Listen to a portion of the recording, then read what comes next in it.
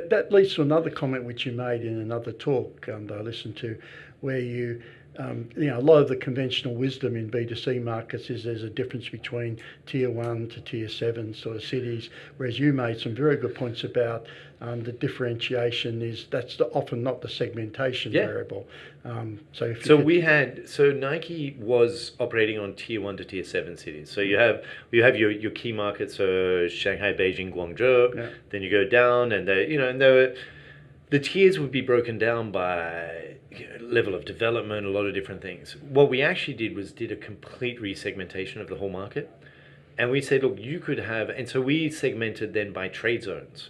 And so you could have a tier 5 trade zone in a tier 1 city in Shanghai, because you'd go down to that area and you'd look at what were the stores around there, what was the average income in that area, what was the average house price in that area.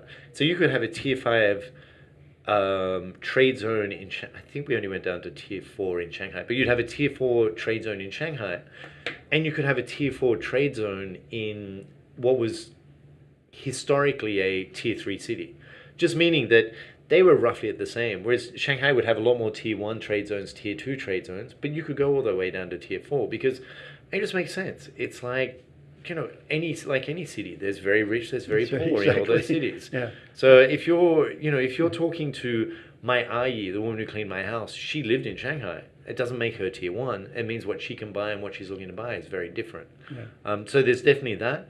And then you can start doing that, just the fact that everything, especially if you're just selling it on e-commerce, you're not even necessarily bound by the geography of it. That's the quite interesting piece.